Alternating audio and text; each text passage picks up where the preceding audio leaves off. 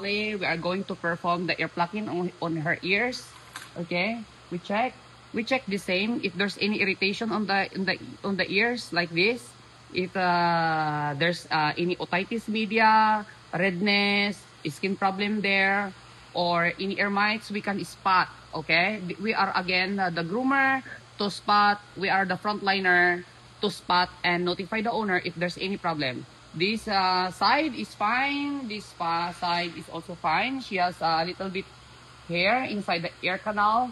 So before we perform this, we always see to it that the all our ear money are all disinfected. Yeah, individual use only. Toothbrush or the forceps or hemostat. Okay. Now, we're showing you now. Okay. As there is no indication of ear mites, otitis media, or infection skin problem, we can perform now. So, it's normally they have a little bit reactions if they have no immunity, especially if they're first time like this, like Sally. Okay, we clip, and then there's our proper techniques. Okay, we just do it like this, so they don't feel. You see my hand is twisting. Okay, and that's it. Yeah. So, we always apply Zymox before and after. It's alright. It's alright. Okay? Before and after.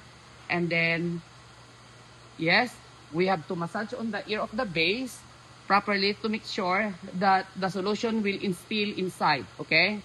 To avoid infection and irritations after the procedure, after this ear plucking.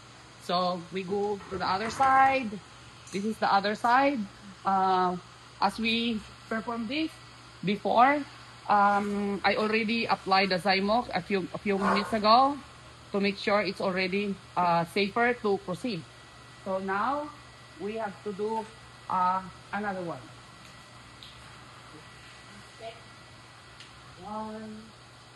We have to do another one, and the same. Hi Sally, it's okay, good girl. We have to remove these ears, okay?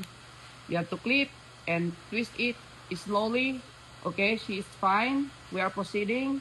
Yes, good girl, mama. Good job. Okay, yeah. And it's great. Yes, this is all. Okay, and we have to drop the Zymox, massage the base, and we have to clean the ear canal. If there is any remaining wax or ear debris inside the ear canal, it's okay. It's okay. Okay. The other side, we have to do it also. The benefits of plucking the ears inside, and they will be trained, is to make it sure the ear canal is more not too moist.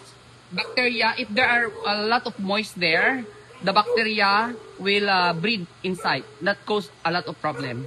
So that is all about, and thank you very much for like, share, and subscribe.